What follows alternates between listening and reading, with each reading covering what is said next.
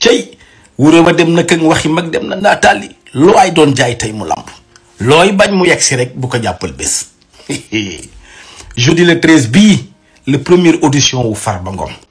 maa la wax lii tey nag demoon naa ak ay avocat am jëli convocation ay at ci ginnaaw day Farba Ngom boo ko waxoon lii mu weddi la Naby Vision ni la loolu mënta ne ndax doole jamo amoon l'homme fort puissant dégg naa Farba Ngom ministre Macky Sall yeeg DG yi kum ci masa amal problème bi yoboo nga compter say fan xam ni da ngay tëb xanaa kooko amoon doole dégg nga li mu wax nee na Macky Sall la ko doon jox poste mu ne ko soxlawuma poste li ma bëgg daal nga defal ma ko mooy su ma la bëggee gis-gis la su ma la bëggee dégg-dégg la xam nga loolu moo dàq poste waay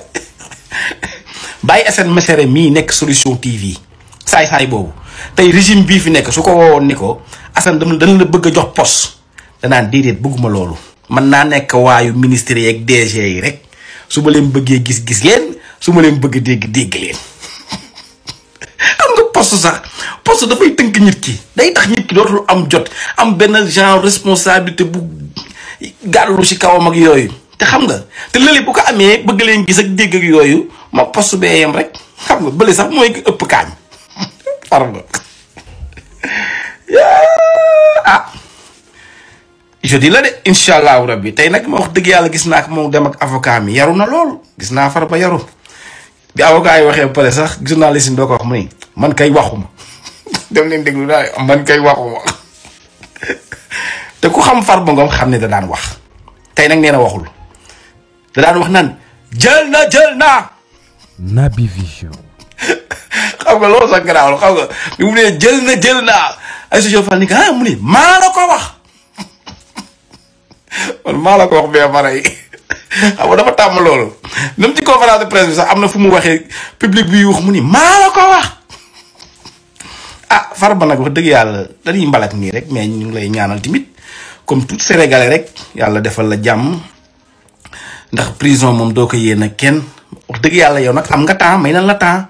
xam nga waaw xam nga mystique moom boo ci defee 1 milliard kenn mënu laa tëj loolu moom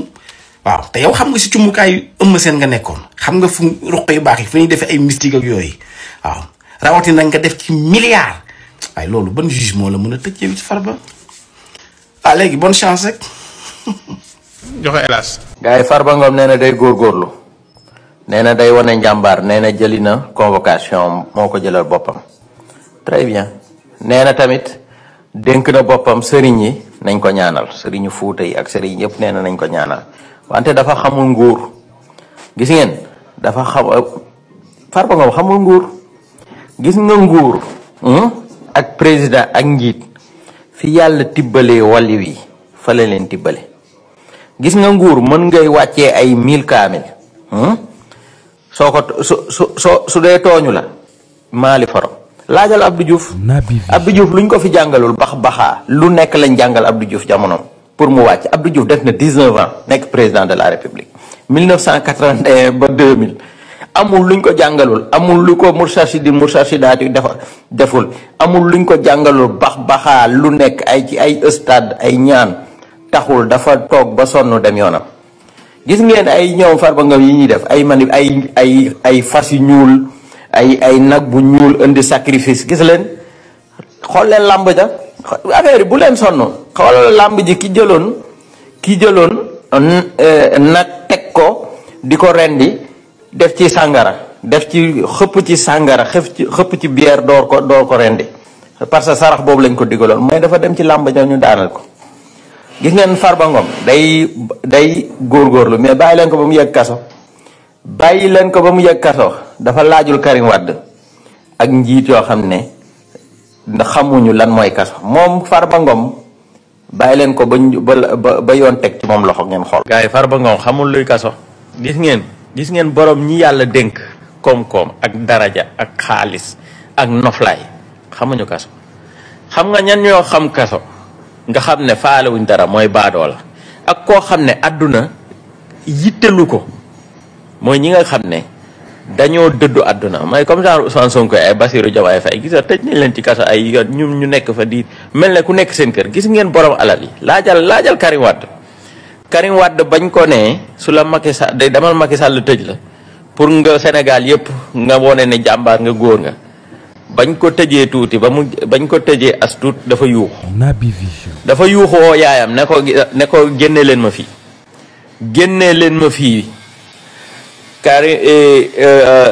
madame Viviane Wade woote leader PDS yi Doudou Wade ca la bokkoon ne leen léegi il faut ñu négocier ak Macky Sall pour Karim Wade génn Doudou Wade ne ko déedéet non bàyyi ko fa il faut que mu nekk leader opposition donc mais Viviane Wade dafa saaga ndeyu Doudou Wade ne ko doomeram ne ko va croupir à la place de Karim en prison ne ko yow su doon yow est-ce que di nga wax loolu mu ni ko non bàyyi ko ci kaso bi le temps que dangam na Viviane Wade dafa saaga Doudou Wade gis ngeen kaso xool leen ko ci koo xam ne gis leen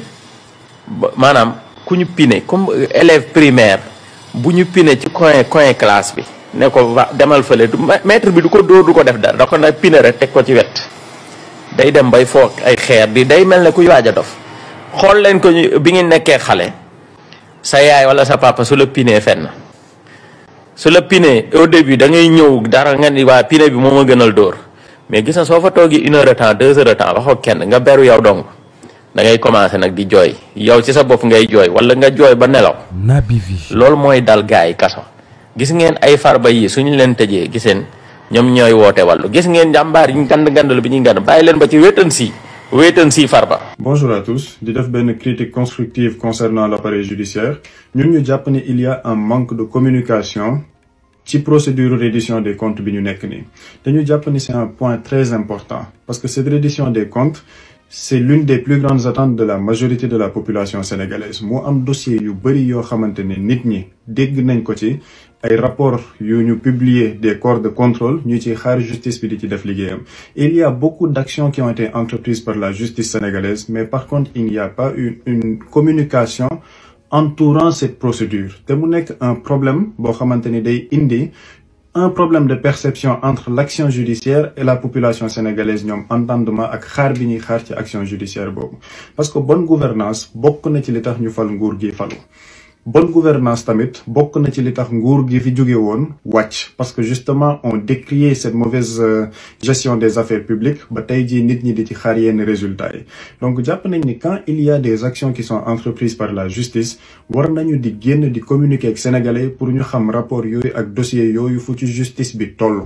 parce que jàpp nañ ne Naby Vision. Travail c'est très bien mais il faut allier ce travail avec la communication parce que les Sénégalais ont besoin de cette information et ils ont droit à cette information parce que bokk na ci li ñuy gën a xaar ci rupture bi ñu woote parce que rupture bi ñu woote nekkul ci ay fayantoo kenn du fayantoo parce que ñi nga xamante ne ñoo fi nekk naan nit ñi dañuy fayantoo wala c'est une justice des vainqueurs ñëpp xam nañ ñan la mooy ñi nga xamante ni ñoo perdre pouvoir bi avec une certaine partie de la presse lobbyiste mais ñi nga xamante ni dañoo voté pour une rupture xam nañ ne fayantoo amul parce qu'il y a des dossiers bien établis yu leer nañ yoo xamante ni rapport de cour de contrôle yi ñoom ñoo ko wax donc il va falloir que cette justice communique le parquet financier bu ñu jëlee benn exemple le procureur du parquet financier interview bi mu defoon à la RTS pour dire qu'il y a eu plus de 116 arrestations am na xaalis bu ñu recouvrer ñun ñu jàpp ni ce genre d'information il faut faire un point de presse public parler aux Sénégalais def une communication publique boo xamante ne Sénégalais yi dañuy xam fu procédure yu toll ak liggéey bi nga xamante ni parquet financier bi ñu ngi koy def fan lañ ci toll ak yenn résultat lañ ci am ñu jox ci beneen exemple quand le premier ministre a voulu parler aux Sénégalais pour leur expliquer l'état des finances publiques de notre pays dafa def un point de presse public wax li nga xamante ni régime bu jàll bi def na ko ci par rapport aux falsifications de nos données financières ba Sénégalais yi xam ampleur des dégâts bi fi régime bi fi jógee bari et de la même manière ñun jàpp nañ ne dans cette reddition des comptes il va falloir que les acteurs de la justice génn ci yenn dossiers yi di def des communiqués di def ay conférences de presse di expliquer quelle est la nature de ces dossiers ak fun ci toll et on ne leur demande pas de violer le secret de l'instruction wala dugg dans le fond des dossiers mais par contre il faut communiquer justement sur la forme de ces dossiers ak procédures yi fu mu ci toll comme ça sénégalais yi nga xamante ni dans leur majorité ils sont intéressés à la gestion des affaires publiques. Bonne gouvernance, bokk ci un des points les plus importants de la vision 2050 dans son axe 1 ci premier mandat bi. Sénégalais yi mën a xam bonne gouvernance bi fu ci nit ñu toll. Ñu xam ne il y a eu des audits, il y a eu des enquêtes, et à la suite de ces audits, action yi lañ ci entreprendre, lii wak lii lañ ciy def. Ñu joxe ci beneen exemple, quand Fadilou Keita a dit que am na ñu nekk di fay si di rembourser. On a besoin de savoir ces gens qui remboursent ñan lañ. Parce qu'une personne qui a pris l'argent public te lewu ko bu ñëwee di ko delloo nit kooku amul luñ koy suturaal wala di ci nëbb, il faut une information publique par rapport à ces gens, nit ñi xam ñan ñoo doon def xeetu ñaawteef yooyu. Et c'est pour cette rupture que les gens ont voté. Les gens n'ont pas voté pour une rupture boo xamante ni dañu naan ñun fayontoo wuñu wala nekkuñ di fi toppante, la justice elle est indépendante. Toutes les personnes honnêtes xam nañ ni cette justice elle est indépendante. Justice bi mu ngi def liggéeyam et on est d'accord qu'il y a le temps de la justice, mais par contre quand la justice fait son travail, il va falloir qu'elle communique aussi avec la population sénégalaise pour population bi xam justice bi li ñuy liggéey fuñ ci toll, parce que cette procédure de reddition des comptes dafa nekk une des plus grandes attentes de la population sénégalaise par rapport à la rupture systémique bi nga xamante ni voté nañ ko pour élire le président Bassirou Diomaye Faye. Donc ñun analyse boobu lañ ci doon def pour dire qu'il y a une carence de communication boo xamante ni xëy na appareil judiciaire bi war nañ ci jug pour que la population sénégalaise puisse savoir fan la procédure yi toll, fan la dossier yi toll, et ça pourra contrecarrer ces manipulations yi nga xamante ni mu ngi xew ci presse bi et sortir de cette position attentiste pour mën a jox la vraie information aux Sénégalais. Donc ñun analyse bu ndaw boobu lañ ci doon def, di leen jox dig daje ci yeneen vidéo yi ñuy def incha allah.